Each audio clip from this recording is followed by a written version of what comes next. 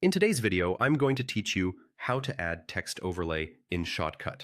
We'll cover two straightforward methods, and I'll walk you through each one step by step so you can choose the approach that fits your workflow best.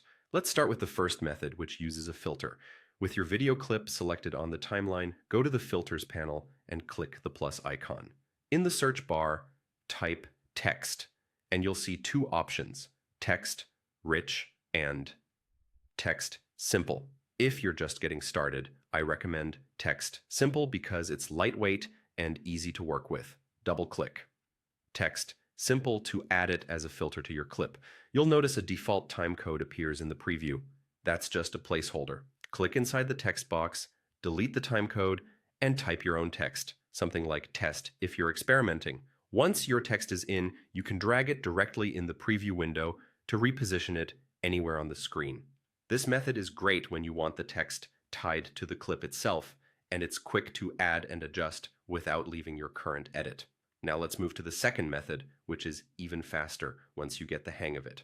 First, remove the text you just added by selecting it in the Filters panel and clicking the minus icon. Next, go to the new generator and choose text. Type your text again, for example, test, and then click Add to Timeline.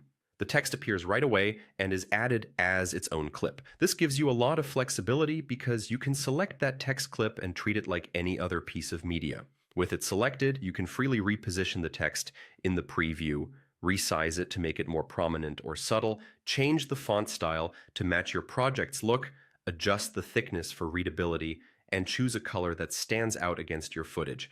Having the text as a separate clip keeps things organized and makes it simple to manage independently of your video clip. It's especially handy when you want consistent titles or labels across multiple shots, and it keeps your timeline tidy.